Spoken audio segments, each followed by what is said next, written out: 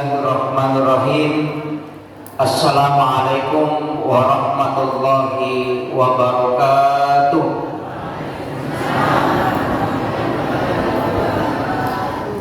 Alhamdulillah, alhamdulillahirabbil alamin.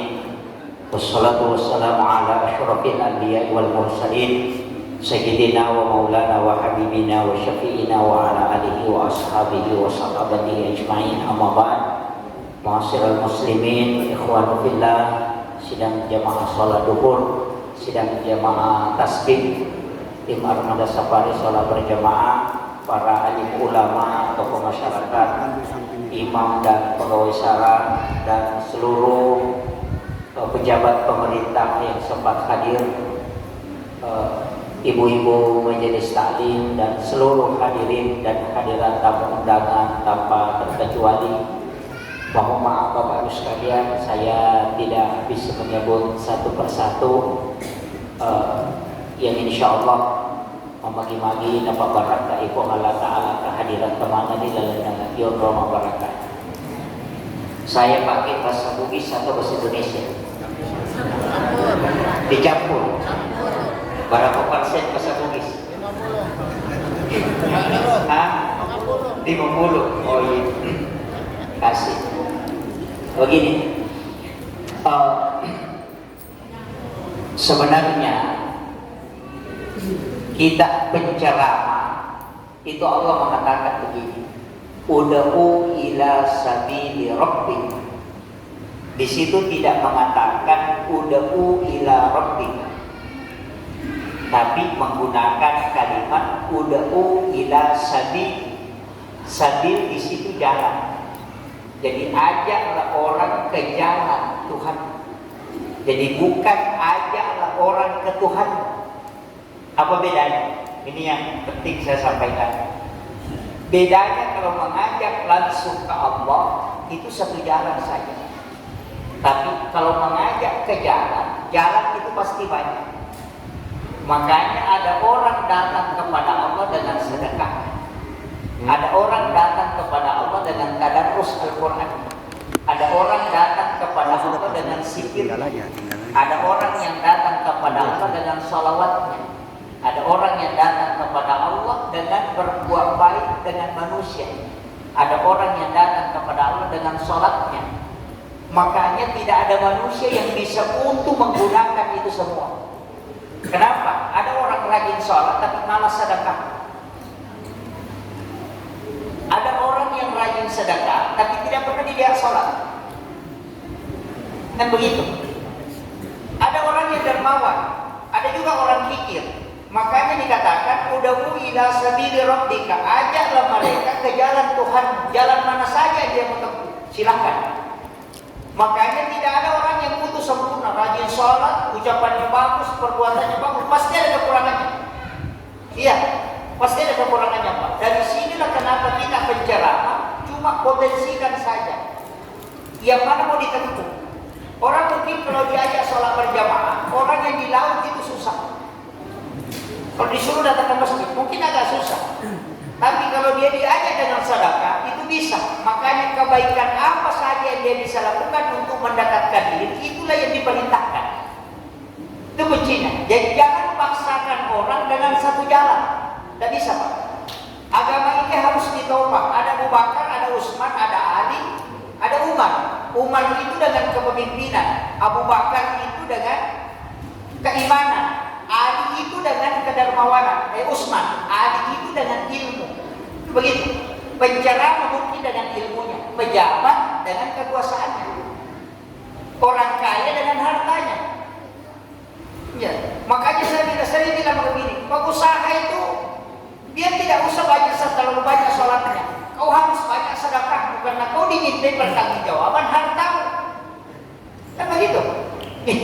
Pejabat itu yang diminta pertanggungjawabannya nanti jabatannya. Jadi jangan tunggu pensiun baru mau sedekah. Lampak bos. Iya. Masa pensiun baru mau sedekah? Itu 5.000 sedekah itu kalau pensiun. Pensiun kan singkatan dari pendapatan semakin menurun. Iya, selama menjabat, selama tanda tangan masih difungsikan, fungsikan. Nanti kau akan ditanya, kok apa jabatanmu, amanah yang saya kasih. Kau katakan saya sudah gunakan untuk tanda tangan bangun masjid. Kan itu kuncinya. Semua yang kita hadapi itu dipertanggungjawabkan. Tidak mungkin ustaz ditanya tentang perdagangan. Kenapa? Bagaimana daganganmu? Padahal pekerjaannya cuma cerah. Yang ditanya perdagangan oleh menjual di pasar. Makanya sebenarnya yang susah kita dapatkan adalah pemimpin yang Islami. Tapi pemimpin Islam banyak. Iya. Pedagang yang Islami itu susah. Yang banyak pedagang Islam. Jika begitu. Jadi orang Islam yang berdagang banyak, tapi pedagang Islam susah didapat. Dan ini yang pejabat yang Islam susah, tapi Islam yang menjadi pejabat banyak. Kan itu kuncinya. Jadi sebenarnya Islam ini harus punya warna. Nah, makanya dalam agama juga begitu. Kehidupan kita kan begitu. Ini kan muhasabah, artinya semua diri. Ibu-ibu rumah tangga yang diminta pertanggungjawabannya, yang jadi istri. Kalau jadi istri, kalau janda, selamat. Kan begitu. Istilahnya agama itu meminta pertanggungjawaban yang diberikan kepada kita. Orang yang tidak punya anak tidak akan pernah ditanya tentang bagaimana mendidik anak. Yang ditanya yang punya. Kan begitu. Agama itu Pak mudah sekali. Jangan anggap ini agama ini susah sehingga menakutkan. Kemudian kadang-kadang fungsi agama itu hilang. Fungsi ibadah itu hilang. Saya tahu begini, sholat itu tujuannya apa? Aqimis sholata lidzikri. Sebenarnya tujuan sholat itu untuk mengingat Allah. Apa itu sholat? Doa. Makanya kalau sholat berdoa. Jangan nanti sudah sholat baru berdoa. Terbalik kan? Karena kita selesai salam baru kita mau doa. Doa sesudah salam itu doa berjamaah. Karena Nabi mengatakan 40 umatku berkumpul kemudian berdoa, salah satunya ada waliullah dan pasti doanya diterima. Makanya sholat jenazah Nabi minta 40 orang. Karena mengatakan sholat jenazah usahakan jamaahnya 40. Karena kalau sudah 40 ada yang diterima doanya, bisa diselamat itu jenazah. Nah bilang bagaimana Pak Ustaz? Banyak sekali dosanya. Bukan urusanmu itu. Kalau banyak dosanya ada namanya pengampunan. Orang meninggal itu bisa selamat bukan karena dia, bisa karena anaknya. Karena hadis Rasulullah mengatakan siapa yang meninggalkan 2 anak perempuan atau 3 yang ahli ibadah, ibu bapaknya tidak disentuh api neraka. Yang menyebabkan selamat dia atau anaknya. Makanya anak bisa memberi syafaat. Jangan khawatir Pak. Makanya yang paling penting mendidik anak. Kalau bapaknya tidak beres, yang penting anaknya beres. Ya, makanya hadis itu mengatakan muru bil ma'rufi wa illam ta'malu bi wa tanhauna 'anil munkar wa illam tantahuan. As-surah ini cenge, namo mani ko de pamule jamin. Ape sangkami jae, namo mani ko de pamule salai. Enak asal pajalalo katanga na yang dina kabite gobana masigi. Iya. Nah, ajalalo mo boto, tanga na yang kung boto. Murubil ma'rufi wa illam ta'malu. Kenapa? Karena menyelamatkan generasi adalah memperbaiki bangsa. Kan begitu. Jemaah, ini penting. Saya supaya kita nanti paham kaidah agama larinya ke sini. Supaya agama itu tidak menakutkan. Kadang-kadang kan kita berat kerjakan sholat, berat kerjakan ini karena kita tidak tahu fungsinya. Sama juga orang yang disuruh makan obat oleh dokter, kita mengatakan, "Woi, ngapain Pak Ure?" Kalau dia tahu fungsinya dia akan makan. Agama juga sebenarnya dia tidak disuruh sholat. Kalau dia tahu fungsi sholat, pasti dia sholat. Kan begitu. Jadi perintah itu kadang lebih dulu dibanding pemahaman. Sehingga kadang-kadang kita belajar agama diperintahkan dulu baru dicari kenapa. Yang lebih bagus sebenarnya itu ditahu fungsinya baru dikerjakan. Tapi kalau itu mau ditunggu, Pak, banyak orang tidak sholat, nah mati. Kan begitu. Maka di situ pentingnya dakwah. Makanya tim tasbih ini amanah. Saya kasih tahu tim tasbih ini itu karena hadis. Apa kata Nabi? Man mata walaysa fi unuqiha matamai atun jahiliyah. Ini hadis. Man mata, siapa yang meninggal, matamai atun man mata walaysa fi unuqiha, dan di dalam tempat itu tidak ada yang menyampaikan dakwah, tidak pernah tersampaikan nasihat, matamai atun jahiliyah, maka orang itu meninggal dalam keadaan jahiliyah. Maka yang punya tanggung jawab ini tim tasbih. Ini bukan di tasbih ini kan tim armada safari sholat berjamaah, datang ke masjid kasih pencerahan, kasih semangat sholat berjamaah, kasih dakwah baru pulang. Itu aja tugasnya. Jadi beri nasihat. Nanti kalau ditanya, kau sudah beri dakwah? Sudah. Kalau dia sendiri yang tidak sadar, ya sudah selesai. Kan orang tidak ditanya kenapa kau bodoh. Yang ditanya nanti ulama, kenapa kau tidak sampaikan ilmu. Maka kewajiban orang berilmu menyampaikan. Makanya enak menjadi orang bodoh. Iya. Jadi orang bodoh itu enak. Kalau nanti melakukan kesalahan, ditanya dia kemudian, kenapa? Saya tidak tahu Tuhan kalau salah. Kan begitu. Makanya Nabi kan mengatakan banyak penduduk surga itu adalah orang jahil, orang bodoh. Artinya karena ketidaktahuannya sehingga tidak ada hukum. Kan begitu. Banyak masalah itu Pak. Di kampung itu banyak masalah sebenarnya kami tidak cara makan. Kenapa? Kami khawatir kalau bicara makan kan tidak ada yang tanyakan, tak usah bersih begitu. Karena bukan kesalahan fatal. Ya, sama dengan imam. Biasa di masjid. Kalau kita mau ambil kaidah bacaan Fatihah yang paling sempurna, susah. Coba cari imam, ada yang bacaannya sempurna betul. Kecuali yang sudah belajar ilmu qiraat. Itu banyak sekali tidak asal. Wairil ma'dubi alaihim waladdallin. Ada seperti itu. Iya, kadang-kadang kita salahkan. Saya sampai hari ini dari guru saya mengatakan kalau orang baca begitu jangan salahkan. Tanya dulu dia. Kalau itu yang dia tahu itu tidak salah. Karena ilmunya sampai situ. Masa mau disalahkan kalau dia tidak tahu? Jadi tidak salah, cuma tidak benar. Iya. Maka guru tadi na salah, nasa bayasannya salah, komisan itu dia na penajama salah. Dia na biasa salah, dia kumakumento pero nisan dia na salah, itu dia na tujuh. Itu istilah bahasa Indonesia itu. Ini kuncinya agama kan begitu Pak. Makanya ilmu itu penting. Ketika ilmu sudah sampai, ambil ilmunya itu. Karena mengangkat imam itu Pak susah. Ada yang pintar bagus bacanya tidak mau jadi imam. Iya, karena susah pekerjaannya. Orang mau mati diurus, orang kerasukan diurus. Iya, coba orang meninggal Pak. Mulai dari hamil sampai orang meninggal, bahkan sudah meninggal mau dikirimkan lagi doa, disuruh dipanggil lagi. Itu hebatnya imam itu Pak. Sampai orang mati itu dia urus itu. Iya, orang mati juga diajar. Kalau dosen Pak mengajar orang hidup itu mahal gajinya. Tapi kalau imam mengajar orang mati, itu dia 20.000 saja gajinya. Iya. Kan kalau dia baca talqin, ma imamuka al-Qur'an imami, iza ja'a malakani, ketika datang dua malaikat, kemudian bertanya ma imamuka, siapa imammu? Kan imam yang mengajarkan itu. Itu mengajarkan orang mati itu Pak. Itu orang mati yang diajar. Tapi apakah mendengar? Mendengar.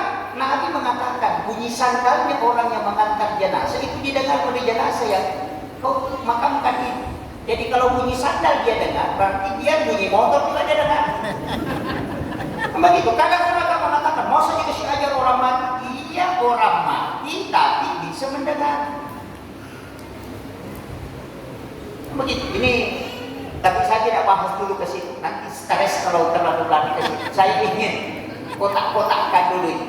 Begini, misalnya sholat. Sholat itu kan doa. Kenapa doa? Saya berkata begini, yang penting kau sudah sholat, yang penting kita sudah sholat, itu insya Allah. Laksanakan saja. Tidak usah tunggu sempurnanya. Tidak ada orang sholat sempurna Pak. Karena di dalam sholat itu ada 3. Bacaan, gerakan, ingatan. Masa bisa sempurna 3-tiganya? Orang perbaiki gerakannya, Allahu Akbar. Salah juga nanti katanya. Iya, tidak mungkin. Kan 3 hal bersamaan. Satu saja diperbaiki, tidak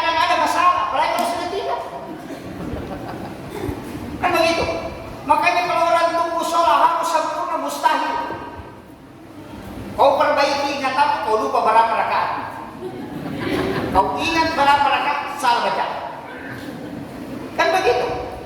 Makanya tidak ada sholat. Makanya ada sholat sunnah. Sholat sunnah itu penambal. Kekurangannya sholat fardu. Kan begitu. Paten peleknya. Cuma ada orang yang 2 kali sholatnya saja setahun. Hanya Idul Fitri dan Idul Adha. Iya. Iya. Duduk lagi di depan padahal tidak puasa. Takbirnya kencang-kencang. Allahu Akbar. Karena dia pakai baju baru. Iya.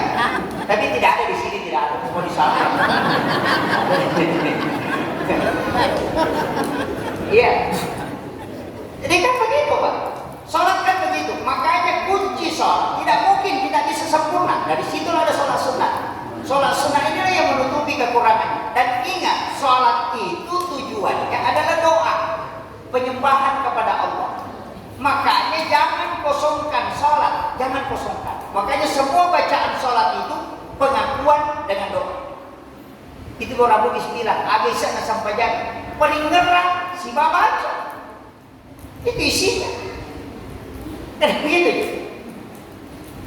Coba bacaan apa? Takbir, pujian, begitu. Tapi apa hakikatnya sholat? Hakikatnya sholat penghambaan, itu aja. Karena tidak ada ibadah dalam Islam Pak yang totalitas hanya sholat. Orang kalau puasa masih bisa nonton TV Pak. Kalau sholat nonton TV pasti banget. Coba. Iya. Orang kalau puasa main handphone, main game itu masih bisa. Tapi kalau orang sholat kemudian main game pasti tidak bisa. Iya. Orang puasa masih bisa bicara, tidak batal puasanya. Orang sholat bicara pasti banget. Orang haji Pak masih bisa main handphone. Orang haji masih bisa bicara. Tapi kalau dia sholat tidak bisa. Jadi satu-satunya ibadah yang totalitas hanya sholat. Makanya itu pula yang tidak bisa diwakilkan.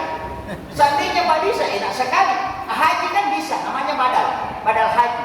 Ada orang tua tidak mampu naik haji tapi ada uangnya. Kasih anaknya, suruh kau yang hajikan saya. Namanya badal haji. Haji itu sudah. Cuma kita di Indonesia Pak selalu pakai gelar haji.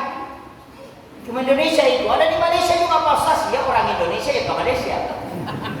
Ya, yang pakai gelar haji itu Indonesia. As-Sudais itu imam di Makkah tidak pernah dipanggil haji. Ya, tidak pernah panggil Syekh Abdul Rahman Haji As-Sudais dan Al-Hajj As-Sudais tidak. Orang Indonesia panggil haji, tahu? Coba, orang Arab itu bukan haji. Padahal dia tidak tahu haji. Indonesia satu kali haji, selalu tidak boleh kalau tidak dipanggil haji. Ada undangannya bukan haji tidak datang. Bukan di sini, bukan.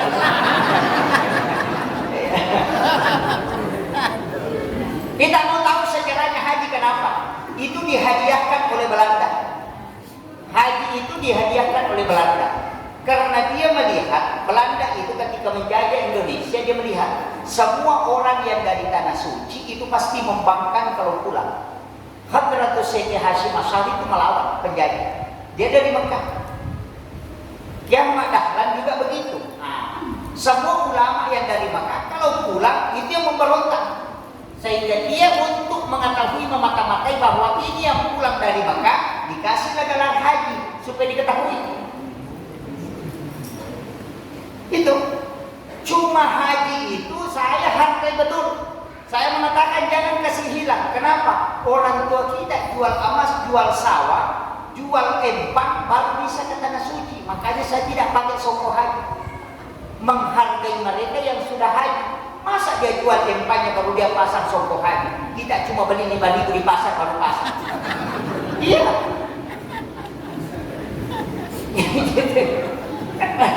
Kan banyak orang begitu Pak, pakai sembarang songkok haji. Tidak haji baru pakai songkok haji, dia cuma beli 5.000. Orang jual empang, jual kebun, setengah mati pergi tanah suci, baru pulang, baru pakai songkok haji. Hargailah dia. Kita mentang-mentang tidak pernah naik haji, pakai songkok haji. Cuma 5.000 modalnya. Baru datang ke pesta dipanggil Pak Haji, itu masalah. Iya, makanya saya itu tidak mau pakai songkok haji. Untuk menghargai orang tua kita yang sudah jual emas, jual empang, kumpul uang lama baru bisa melaksanakan haji. Itu menghargai mereka itu. Jangan tersinggung yang pakai songkok haji ya.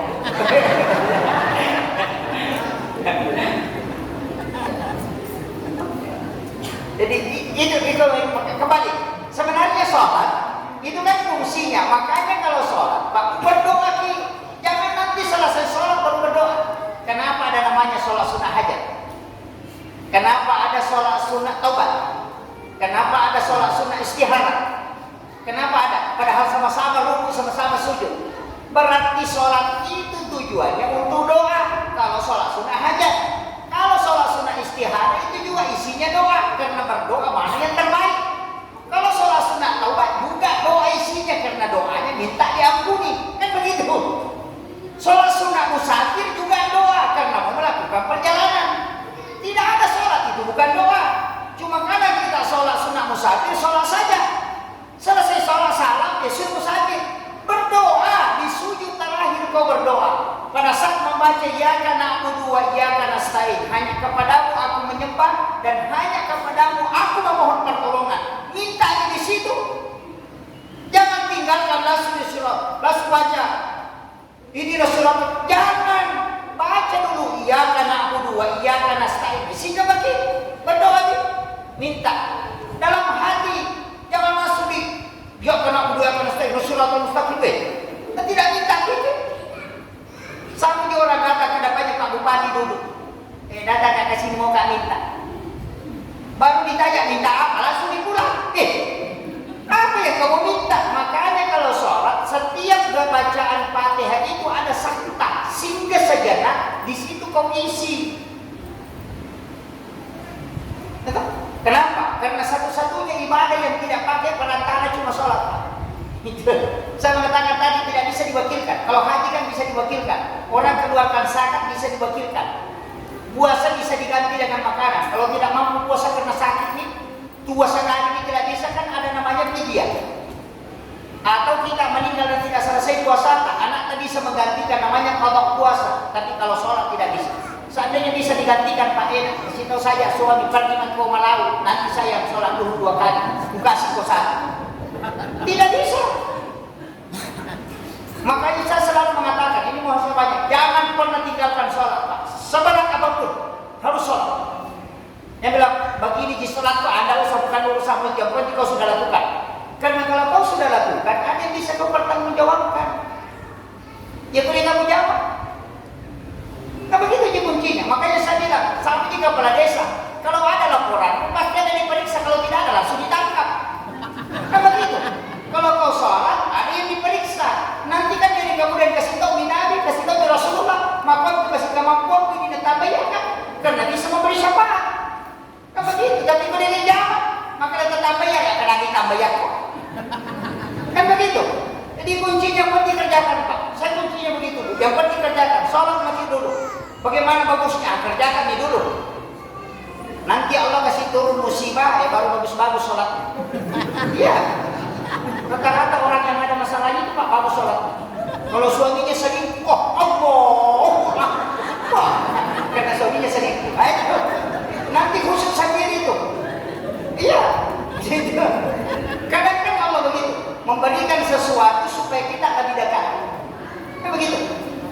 Jadi jangan anggap bahwa ini musibah, tidak semua yang menyakitkan itu musibah. Kadang itu rahmat Allah, cuma cara Allah memanggil kita dalam keadaan susah.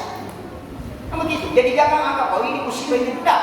Musibah itu tergantung dari kita. Iya. Kadang-kadang begitu. Nanti suaminya waktunya enak-enak sama istrinya, semua warung disinggahi, semua tempat wisata didatangi, tidak pernah singgah di masjid. Iya, rekreasi saja, mutar-mutar, tidak pernah lihat itu masjid. Karena senang-senang sama suaminya. Sekalinya ada yang selingkuh, langsung bangun tengah malam, ambil tasbih, subhanallah. Iya. Berminta, itu rahmat, bukan musibah. Karena begitulah cara Allah memanggil kita supaya kita datang. Begitu. Jadi kadang-kadang penyakit itu Pak, cara Allah memanggil kita lebih dekat. Makanya Nabi mengatakan ketika umatku sakit sehari semalam, 1 tahun dosanya dihapuskan. Itu rahmat Allah. Jadi tidak usah hidup itu begitu enjoy saja Pak. Tidak usah pusing. Kadang orang kan begini bagaimana sholatku diterima? Bukan urusanmu, yang menerima itu Allah, bukan kau. Kau cuma kerjakan saja. Kan begitu je. Kalau kau bilang sholatku sah atau tidak, itu urusan kita. Kalau diterima atau tidak, urusan Allah, bukan urusan kita. Ada itu orang mempunis, sholatmu tidak diterima. Wah, kau Tuhan atau bukan? Iya. Nah yang terima sholat adalah Allah. Palingan kita sudah kerjakan, serahkan sepenuhnya. Kan begitu. Jadi tidak usah Pak. Kalau saya apalagi kalau tidak tahu sholat proses bagaimana khusyuk, gampang. Pergi saja berjamaah. Kalau imam sudah takbir makin. Kenapa? Kalau sholat berjamaah Pak bisa kelompok. Kalau ada tidak beres di situ dia akan ikut yang beres. Makanya disuruh rapatkan sama di baterai itu. Kalau baterai satu dikasih masuk di senter, nah baterai mati pasti tidak menyala. Tapi kalau 10 baterai ada satu mati dan disimpan di tengah pasti masih menyala. Iya, ada orang sholat tidak beres, sedikitkan saja di tengah bisa menyala sampai. Iya. Makanya disuruh berjamaah. Kenapa Nabi mengatakan al-jama'atu afdalu min sholati, as-sholatu jama'atu afdalu min sholatil fasih. Bisa wasili derajat. Ya artinya sholat berjamaah itu lebih afdal daripada sholat sendiri. Kenapa? Karena di situ tadi dihisap kelompok yang diperiksa dulu imamnya. Kalau imamnya di belakangnya lagi, makanya hati-hati tak berdiri di belakang imam. Ada orang mentang-mentang langsung datang di belakang berdiri, sekalinya imamnya salah tidak bisa maju. Ini yang begitu. Makanya 4 orang di belakang imam bukan orang sembarang. Bukan orang sembarang. Karena kalau orang datang di situ Pak tidak mengerti. Datang ke situ, kalau imamnya sama mau kemana? Iya. Makanya kayak masjid ini, Pak ini kan masjid bagus. Kenapa saya mengatakan bagus? Karena tempatnya imam keluar kalau batal wudu ada masjid itu Pak tertutup di depan sini. Kalau batal wudu imamnya lewat mana? Mau melangkah ke belakang? Iya. Jadi memang pintu depan itu tidak boleh dikunci. Kalau imam batal wudu, lewat situ keluar. Dan imam juga jangan lewat pintu depan. Jangan lewat pintu sini. Imam itu lewat samping masuk ke situ sholat sunnah baru masuk ke masjid. Supaya bacaannya tidak nyangkut-nyangkut. Dia bongkar imam. Dia tidak lewat kalau bukan pintunya. Insya Allah dia nanti sakta bacaan imam. Intinya. Kalau dia sholat sunat terus di situ 3 tahun saja, nanti selesai sholat sunat orang imam masuk ke masjid, selesai doa bersama dia kembali ke situ sholat sunat, dia lakukan 3 tahun saja istiqamah, insya Allah dia akan ketemu Rasulullah. Itu intinya. Makanya imam itu punya tempat khusus. Ada imam Pak lewat sini, waduh. Jadi jangan sembarang. Sama di sopir Pak, sopir itu punya pintu khusus dari samping masuk. Jangan lewat pintu penumpang lompat ke depan. Kan begitu. Ya, jadi kadang-kadang cuma memang berat. Jadi imam itu saya pernah pelajari tasawuf imam itu hampir 1 tahun lebih lah. Saya tak hafal, makanya saya nak jadi imam. Kecuali kalau biasa sholat jamaah kasar, biasa saya jadi imam. Tapi kalau sholat tahu tak. Kenapa? Takut. Makanya saya tidak mau ajarkan tasawuf imam karena nanti tidak ada yang mau maju ke sini. Tidak ada berani maju. Orang Bugis itu punya falsafah yang tentang imam, pertanyaannya itu sebenarnya itu masuk di kaidah imam. Niga iman na imam, yakin imam, niga na pamulol utama pamulol. Itu kan semua pertanyaan. Niga iman na imam. Kan ada pertanyaan. Ma imamu. Niga imam. Ada katakan Al-Quran imami. Niga ke iman na Quran. Itu Rasulullah. Jadi niga iman na imami. Itu kan di situ. Tapi saya tak bahas nanti setelah. Dan itu dulu masuk tarekat. Kalau saya sederhana saja. Agama itu tidak usah di istilahnya dibahasakan teman berat. Jadi komedi mas sempaja. Kalau kita mau sholat, kan sholat apa? Kalau sholat taubat, ya ingat dulu dosanya. Apa dosamu baru mau sholat? Jangan sholat taubat saja tidak tahu dosanya. Jadi tahu apa dosamu? Wah dulu saya misalnya berzina. Sholat apa? Kesempatan di sujud terakhir minta kepada Allah. Minta taubatnya kami di situ. Biasanya taubat, taba ya tubuh taubatan kembali. Yang penting kita sudah ingat. Makanya orang taubat itu tidak mesti sholat, dia duduk-duduk merenung, dan dulu saya begini, kemudian menetes air matanya, itu yang dirindukan oleh Allah. Dia tidak sholat Pak, dia di atas perahu duduk-duduk ingat kesalahannya, itu juga taubat. Karena taubat itu syarat, ya tunggu taubatan, kembali merefleksi diri, mengingat mana kesalahan. Karena orang yang sering mengingat kesalahannya pasti dia akan melakukan kebaikan. Tapi orang yang selalu mengingat kebaikannya mudah melanggar karena sombong. Makanya kalau ada orang bicara Pak sedikit selalu saya, itu orang sombong itu.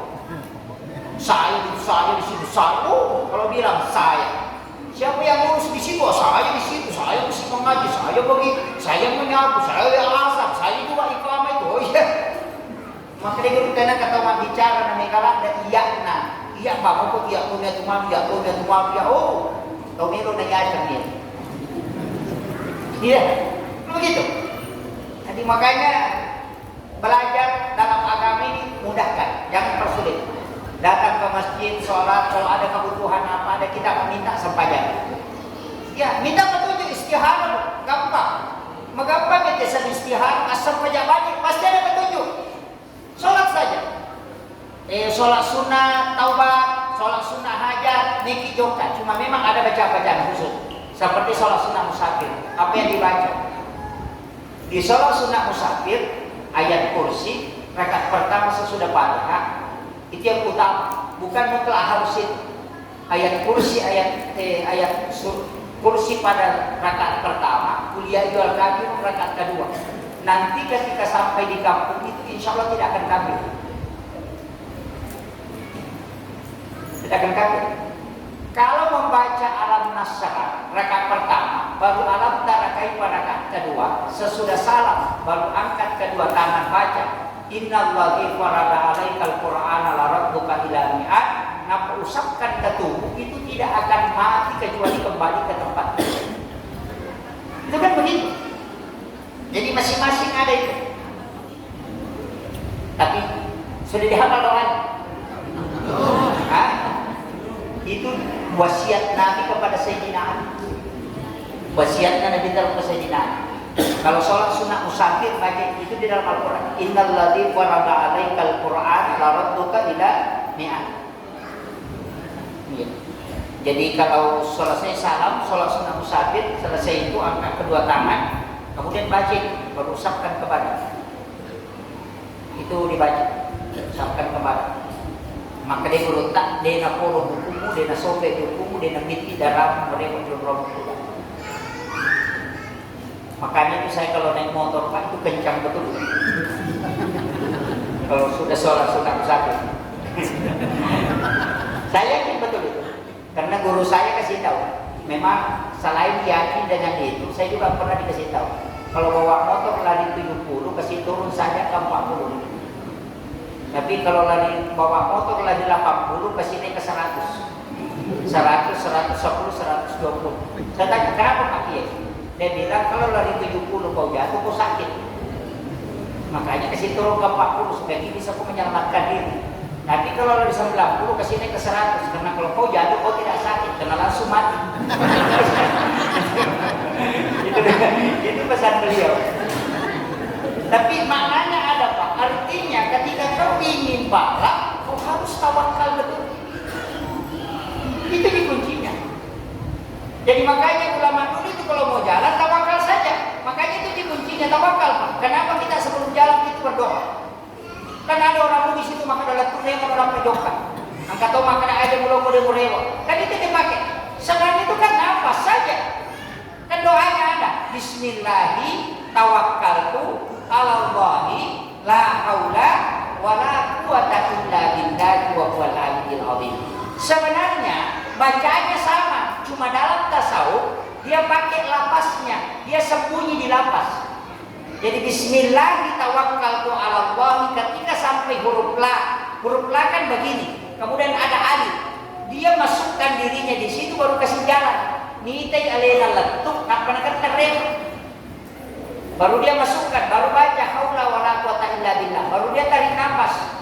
Dia kotak pengalih nak pesan anak pun kamu pay momdina dia tidak jalan karena dia mengatakan ini musibah. Ina gunakan dalam tu memang kurang prajuka. Kan itu jadi dipakai dalam tasawuf. Banyak orang pakai itu, nafasnya dia pakai. Orang tua dulu itu pakai 7 hitungan. Dihitung itu nakatre kuatak karena kedua tangannya dia begini. Itu ilmu hikmah itu. Diletakkan di kemudian dilihat ini. Kalau ini dilihat kemudian patah, jangan. Ini perjalanan.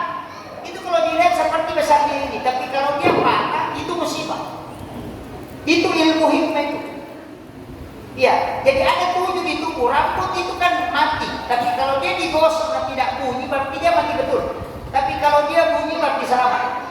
Jadi orang dulu itu pakai. Tapi dia udah mana nih, berkaki mana? Iya, nanti nakal betul kalau tahu. Saya pernah mempelajari ilmu itu hampir 10 tahun. Makanya ulama-ulama kita dulu pakai. Sampai mentes tubuh itu kan ada semua. Ya. Karena kita itu kan punya 3 ruh. Ruh idhafi, ruhul qadim, ruhul haya. Dari sinilah muncul kemudian ada istilah di kebatin. Dari situ juga. Lalu memang apa juga itu juga. Kan orang tidur itu idhafinya diangkat. Oh, kenapa orang tidur itu kalau bermimpi bisa melihat padahal matanya tertutup? Coba. Bisa bolak-balik ke Jakarta padahal cuma 5 menit tidur. Coba. Orang ke Jakarta, Pak, itu 4 jam. Kalau dari sini mungkin 6 jam, 8 jam. Bolak-balik naik pesawat. Padahal dia tidur 5 menit, dia sudah bolak-balik dari Jakarta. Alam yang dia bisa tempati, padahal dia berada alam lain. Itu namanya idhafi. Itulah yang kenapa pada saat orang tidur diangkat. Ini ilmunya, Pak. Makanya orang makanya telinga itu yang mendengar, bukan telinga yang mendengar, cuma alatnya. Iya, jadi pendengaran beda itu. Makanya orang mimpi itu bicara, merasakan sakit, mendengar, melihat, bisa jalan, padahal dia tidak tinggalkan tempat tidur. Apanya yang jalan? Itu gitu. Makanya kalau siksaan kubur orang tidak percaya, tidak usah terlalu jauh percaya siksaan kubur. Orang tidur Pak dikejar anjing gila pasti ngos-ngosan. Kalau bangun badannya tersiksa padahal tidak disiksa. Itulah analogi asap kubur yang paling mudah. Coba. Iya. Jadi agama itu begitu, tidak usah menjelaskan itu sebenarnya mudah. Makanya kuncinya saya begitu Pak. Yang penting berdoa. Bagaimana caranya doa dijawab? Yakin saja. Makanya orang tua dulu itu tidak panjang doanya Pak. Kalau dia memulai, perbaiki saja ingatannya kepada Allah, karena cuma baca basmalah, baca sholawat, baru dia serahkan kepada Allah, dia sudah mulai selesai. Sekarang orang panjang sekali doanya, tapi tidak jadi. Iya, karena begitu.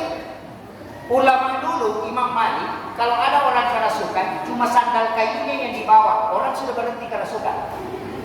Jadi dia tidak baca doa. Imam Malik dulu. Jadi kau kata pertama-tama, ada orang yang kerasukan jin, sandalah naminala dan kita ada bawa sandalah, ditanya atau malasero. Kalau jinnya tidak keluar, baru kau pulang panggil saya.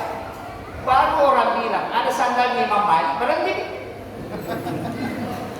Jin sudah takut. Kenapa? Karena dia bisa hatamkan Al-Quran 2 kali sehari semalam. Jadi biar alat yang dia pakai itu ditakuti setan.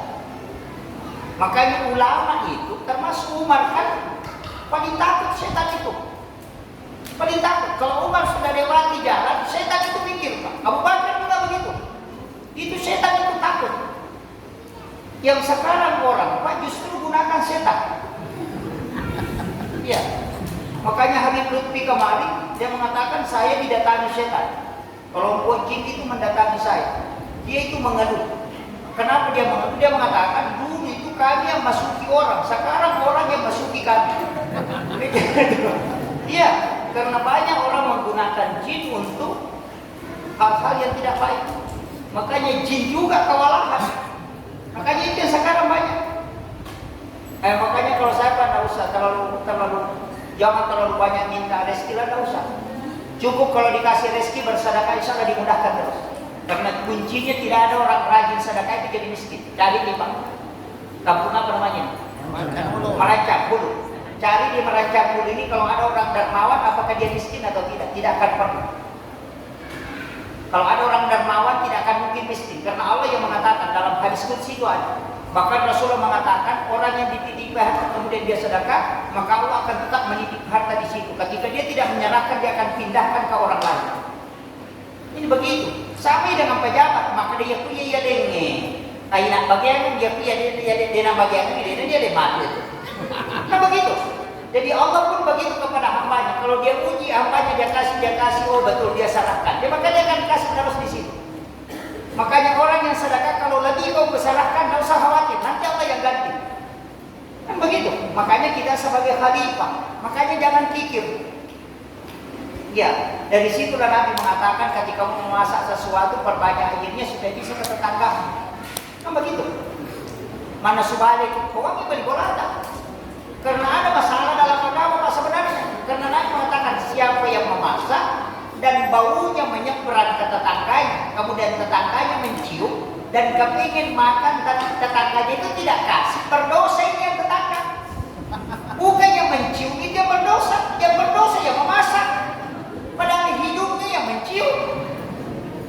Coba lihat. Jadi tak dia roh, mau ini berdosa, ya mana sih? Itu bahayanya kamu Pak. Makanya kalau masak bisa masak, jangan kasih bau. Nah begitu. Kalau bau dan tetangga cium dan kepingin dia makan dan kita tidak kasih, termasuk berdosa. Itu bahayanya kamu. Makanya kalau masak mesti kasih. Dan enaknya makanan kalau sudah disedekahkan. Coba tes. Orang bikin pisang goreng, angkat tomat dua sanggara. Lo kecepi, lo kebicu. Kita bikin pisang goreng, pisang besar. Coba makan itu yang disedekahkan orang itu lebih enak daripada kita bikin. Coba tes. Mana di cuma kena kanjak pada subalena ya, pada mabolo durona. Balidan ni minalin yang makan lumrah, iya karena sudah didoakan malaikat. Makanya enak. Yang pilih maki buah dia itu pada. Kenapa? Karena kita tidak didoakan oleh malaikat. Makanya kalau kau mau enak, kirimkan tetanggamu, dia akan menjadi enak juga karena malaikat sudah doakan dan itulah yang menjadi obat. Makanya kalau kita sakit dan ada orang bawakan makanan, usahakan kau makan walaupun hanya sedikit. Karena itu akan menjadi obat. Makanya dibaca Bismillahirrahmanirrahim, la syifa'u illa anta syafi. Baru baca Bismillahirrahmanirrahim, baru makan. Hafal kita? Besok apa lagi? Muhammad. Bismillah. Bismillah makan obat itu bukan Bismillahirrahmanirrahim. Kalau mau makan obat Bismillahirrahmanirrahim, la syifa'u illa anta syafi. Sudah hafal?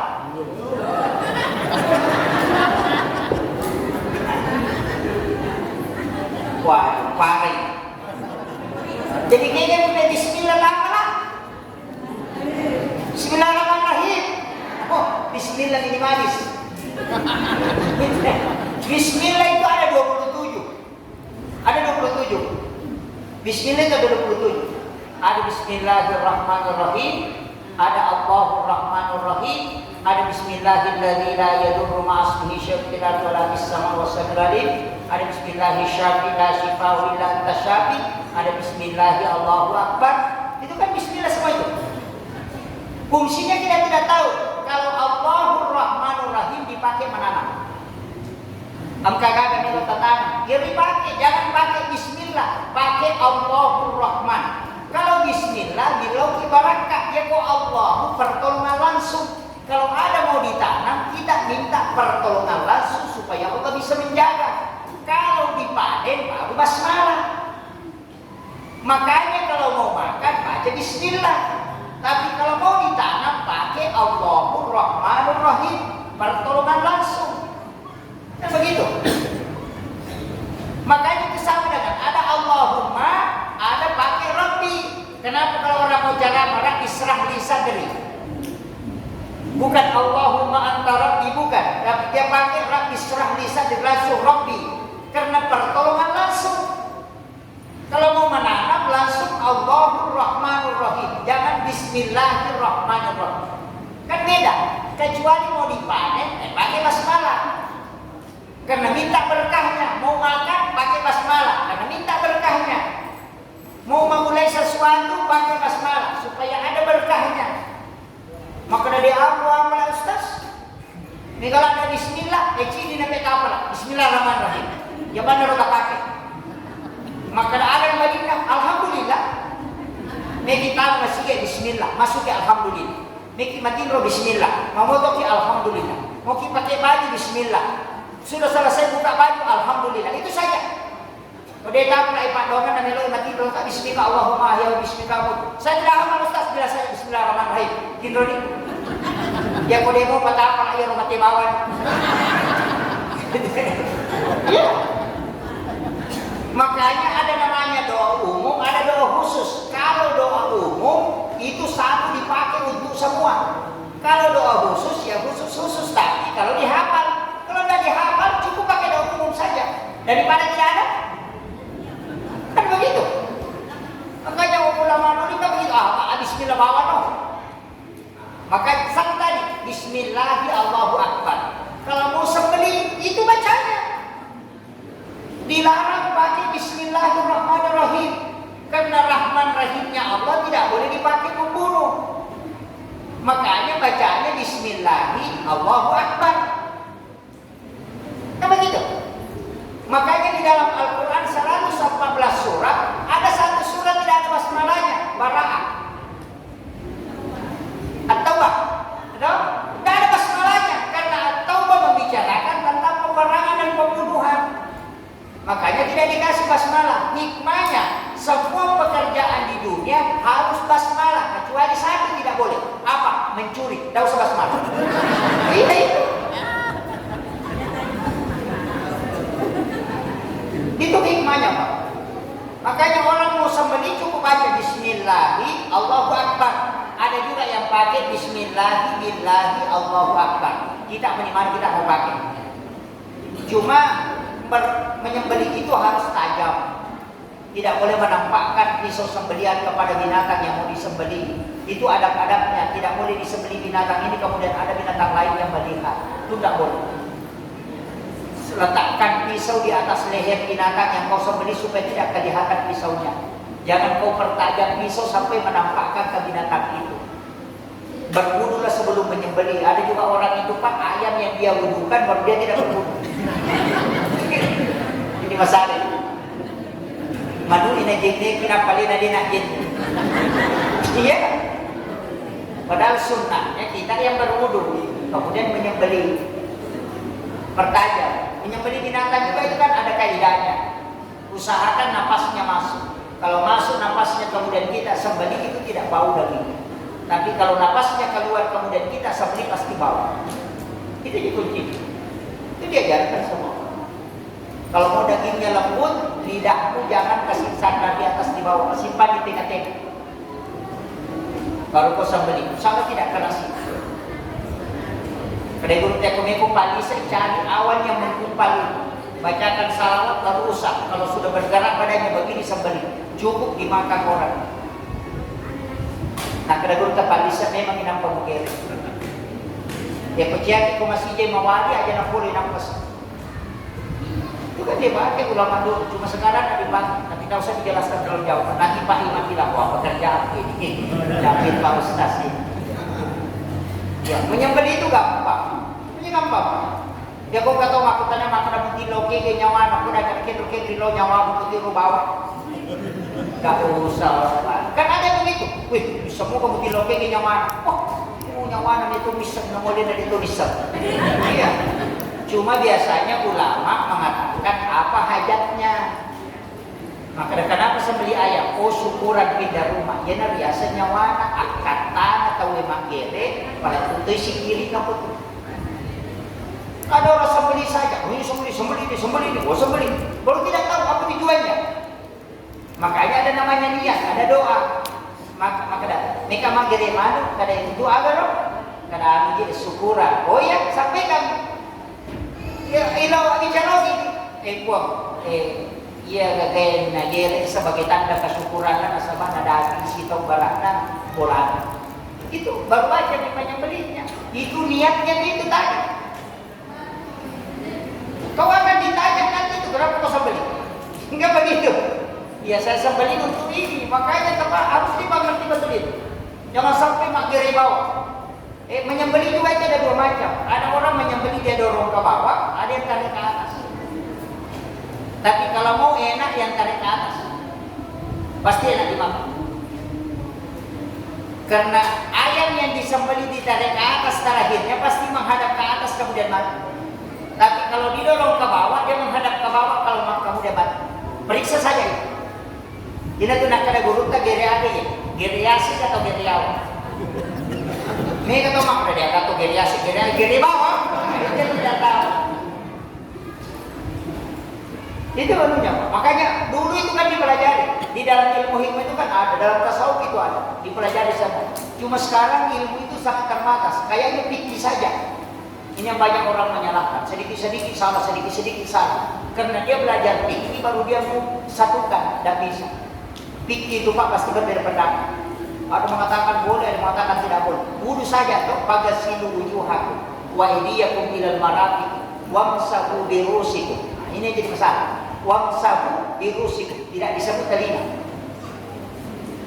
Adakah di ayat itu disebut telinga?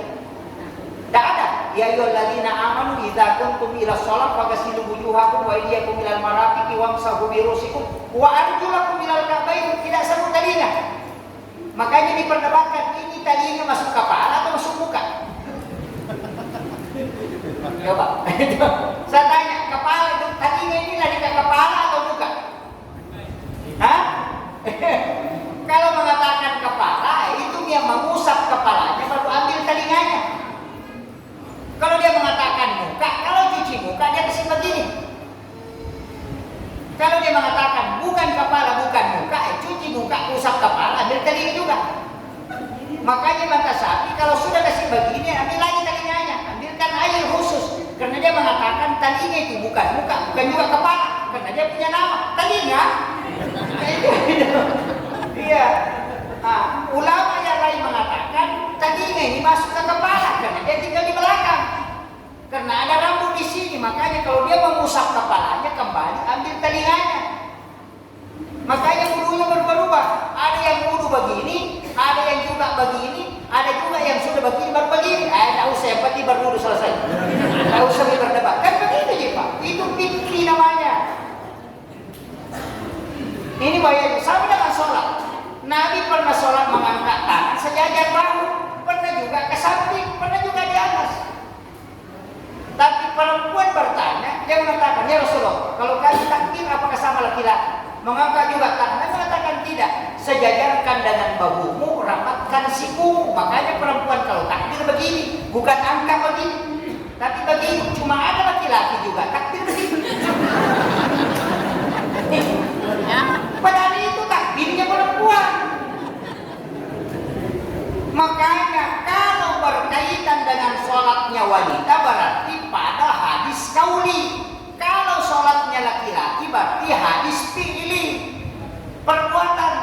Kalau sholatnya perempuan hadis kauli, karena Nabi laki-laki. Kan begitu?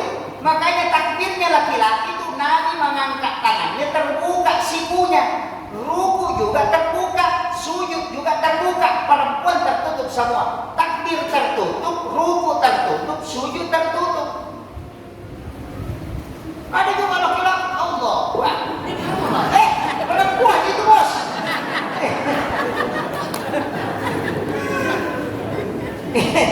Ya, jadi memang beda-beda Pak. Ini sudah 1 jam ini. Oh iya, sudah. Ini sudah 15 menit sebelum jam 1 tadi. Ini sudah 15 menit sebelum jam 2. Ini sudah 1 jam. Jadi saya wasiatkan pelajari agama dengan begitu Pak. Kalau kita belajar tasawuf ya tasawuf.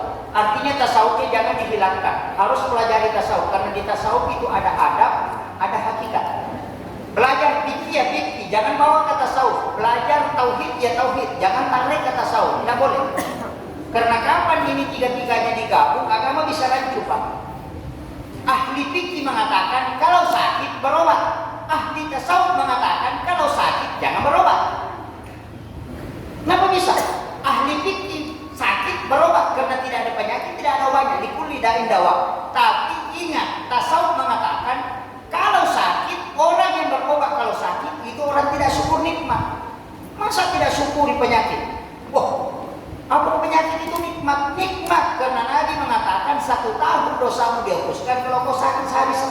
itu nikmat besar.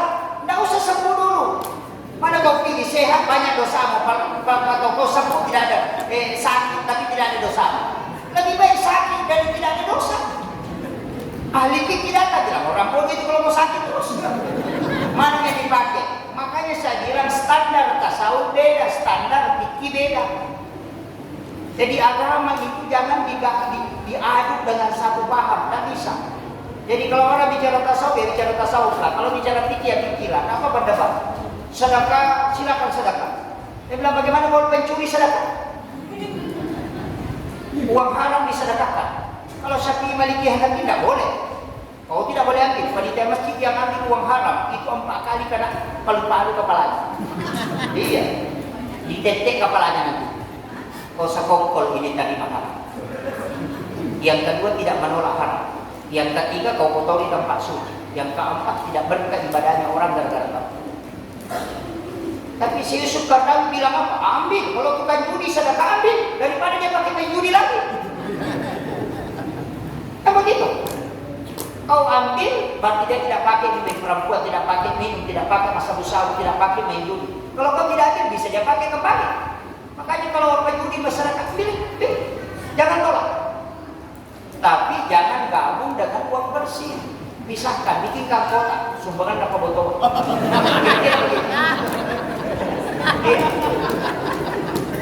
Bisa dipakai, bisa. Jangan masukkan ke masjid, pakai bangun pagar, bangun menara, bangun WC di situ. Karena dia pelengkap, bukan alat untuk itu.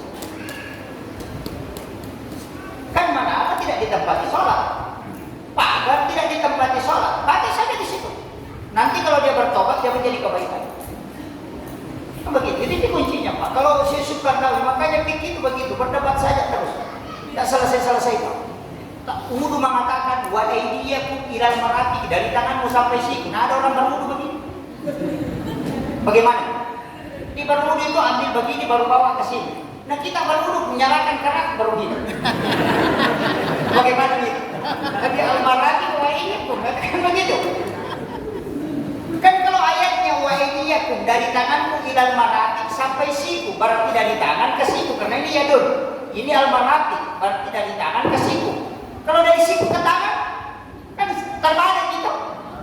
Makanya kalau ada berwudu begini, kalau yang pakai satu pendapat bilang salah. Padahal benar juga ada yang mengatakan tidak. Yang penting kan dibasah dari situ, basahnya dari situ. Kalau bilang campur semua ini, kau campur mulai dari sana ke sana, kau yang penting kau campur. Makanya mau begini, yang penting basah sama selesai. Itu pikir begitu Pak. Jadi pasti berbeda. Enggak begitu. Terakhir. Terutama kita di Indonesia ini Pak, kalau fikih Syafi'i kan kental. Di Kalimantan ini masih Syafi'i kental. Seperti guru saya itu, guru saya di Muhammad Hasan Nurgani, guru saya Umar Tapur, ajaran itu kan fikih Syafi'i, mutlak Syafi'i. Jadi Indonesia ini kan kebanyakan fikih Syafi'i. Nanti belakangan muncul yang kemudian campur-campur. Sekarang ada mengatakan fikih Hanafi, padahal bukan Abu Hanifah yang dapat, cuma mencampur pendapatnya Abu Hanifah. Kemudian dia ekstrimkan, makanya keliru. Jadi banyak itu sekarang. Makanya sentuhan kulit laki-laki, terutama suami istri, Pak, itu batal wudu kalau kita Syafi'i. Jadi sentuhan suami istri itu tanpa pelapis itu batal wudu karena istri itu bukan muhrim. Istri itu bukan mahram. Yang mahram itu ibu, anak, nenek, itu yang mahram. Kalau istri itu bukan muhrim. Kenapa? Karena muhrim itu adalah haram dinikahi dan haram digauli. Itu syaratnya. Nah, istri kan dinikahi dan digauli toh. Makanya bukan muhrim. Makanya kalau menyentuh kulitnya istri itu batal wudu tanpa pelapis karena istri bukan muhrim, dia hakut tamlik. Biasanya hakut tamlik hak pakai, bukan hak itu. Jadi kalau istri bilang tidak saling memiliki, itu tidak salah. Iya. Tidak, makanya wanita itu tidak saling memiliki tapi dimiliki. Makanya wanita tidak bisa menceraikan diri dari suami. Istri itu kalau ngomong, Pak saya talak, dia sering berada, aku talak, dia tidak akan jatuh talak. Dia cungkir balik, tidak, aku talak, tidak akan jadi. Kalau suami satu kali ngomong, itu bisa berlaku. Kenapa? Karena istri yang dimiliki. Kan begitu. Makanya di mana-mana Pak, bilang ada ustaz di situ dia jatuhkan talak, istrinya minta. Bukan dia yang talak, itu pengadilan agama. makanya diwakilkan ke pengadilan agama. Begitu. Ini harus tahu. Makanya wanita itu tidak pernah mentala dirinya ke suaminya, tidak pernah. Kalau suami mentala dia cocok, tapi kalau dia yang minta talak tidak bisa. Yang mentala putar, karena mau kasih ratu. Nggak bisa. Kenapa? Karena tidak berhak dia. Sama dengan handphone. Saya beli handphone berarti saya miliki, tapi handphone tidak memiliki saya. Kan begitu. Toh? Handphone hak pakai. Dia hak milik saya, tapi handphone tidak memiliki saya karena dia dipakai. Makanya kalau mau beli handphone baru tidak apa-apa.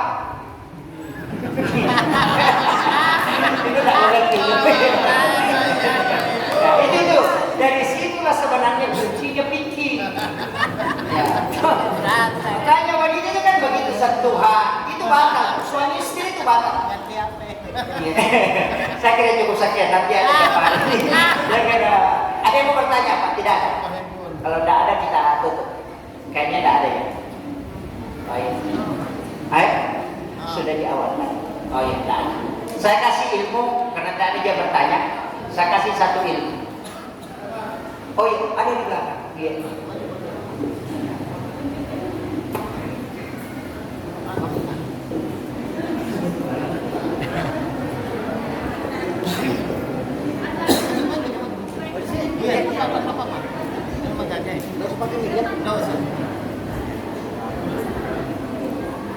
Assalamualaikum Pak Ustaz.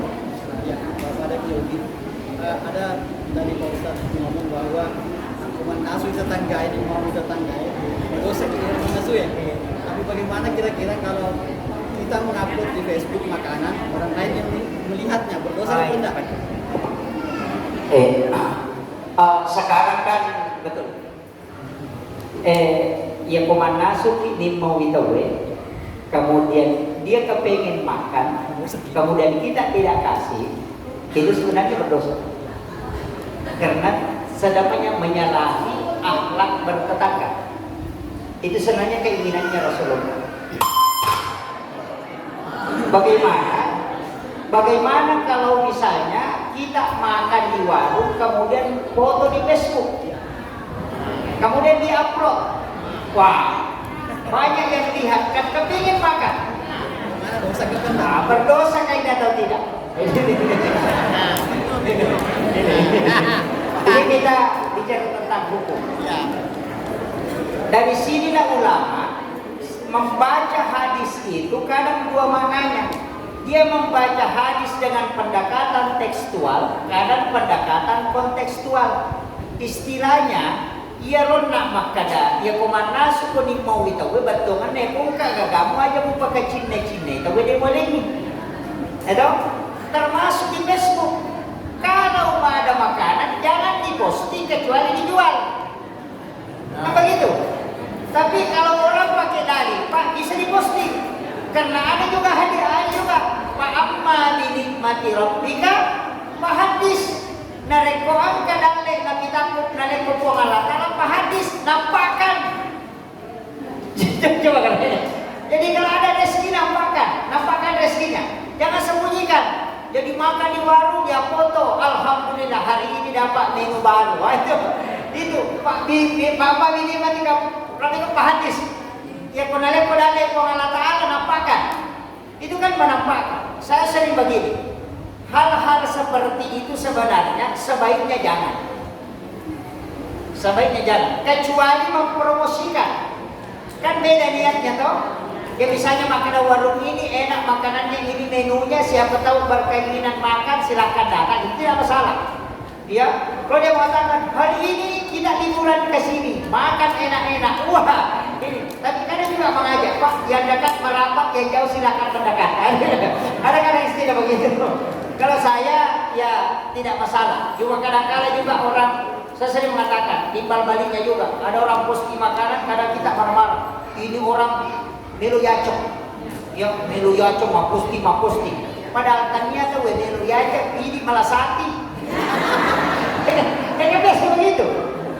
Di nomor kata ini cuma susah. Orang pergi ke tanah suci mengupload jalan ziarah, kalau birunya dia coba pakai. Padahal alih Nabi malah satu. Iya, jadi memang kedua-duanya itu jadi teguran.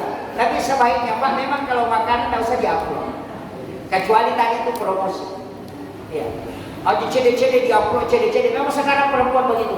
Sedikit-sedikit upload, sedikit-sedikit upload. Semua masalahnya di Facebook. Tidak ada di dalam sholat. Hilang semua. Kalau di Facebook ada semua. Aku menyesal, hatiku patah. Wah. Menyesal seumur hidup. Baru ambil gambar lope-lope pencak, baru dia jejel. Hari ini aku menyesal. Wah. Langsung ada di komentar, sabar saya. Ini sabar. Ini tadi tidak ada di sini, tidak ada di sana aja. Saya kira itu Pak. Ya. Tidak ada lagi ya? Oh iya masih ada. Ya, ada juga. Yang mana dulu? Ya.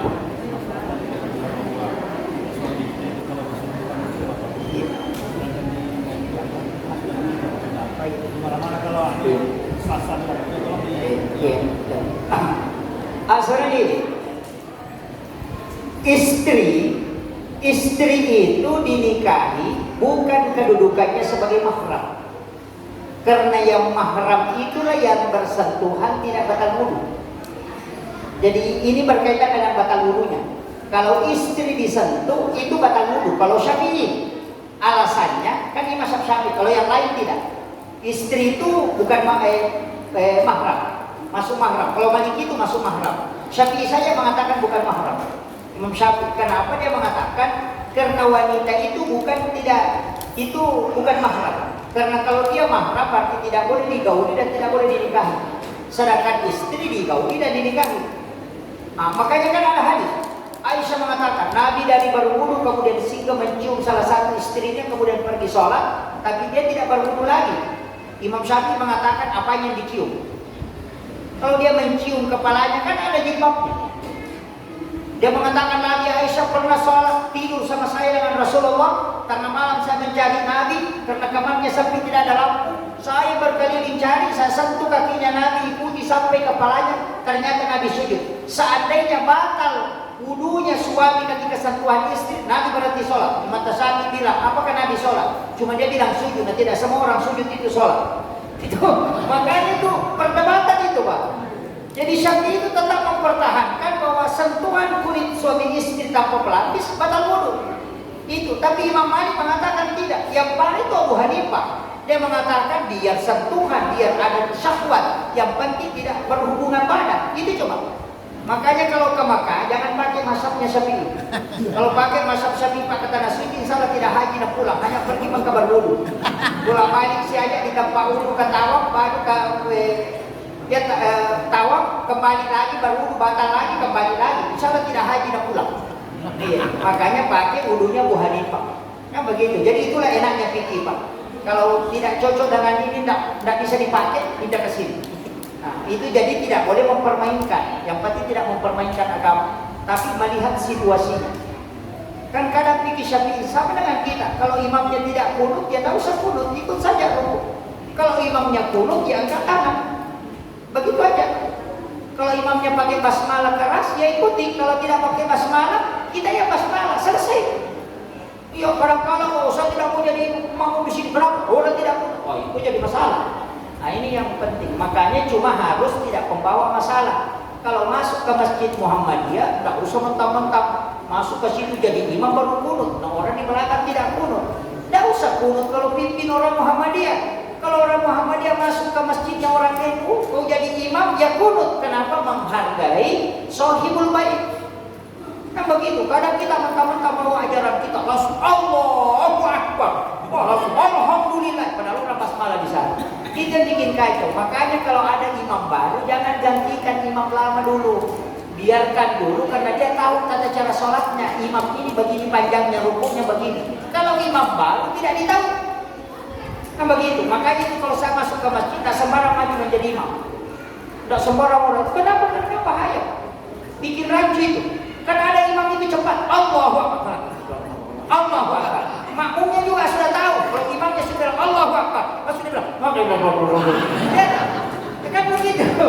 Ini harus, makanya tidak merusak situasi. Makanya al-urf namanya, tradisi kebaikan. Itu penting.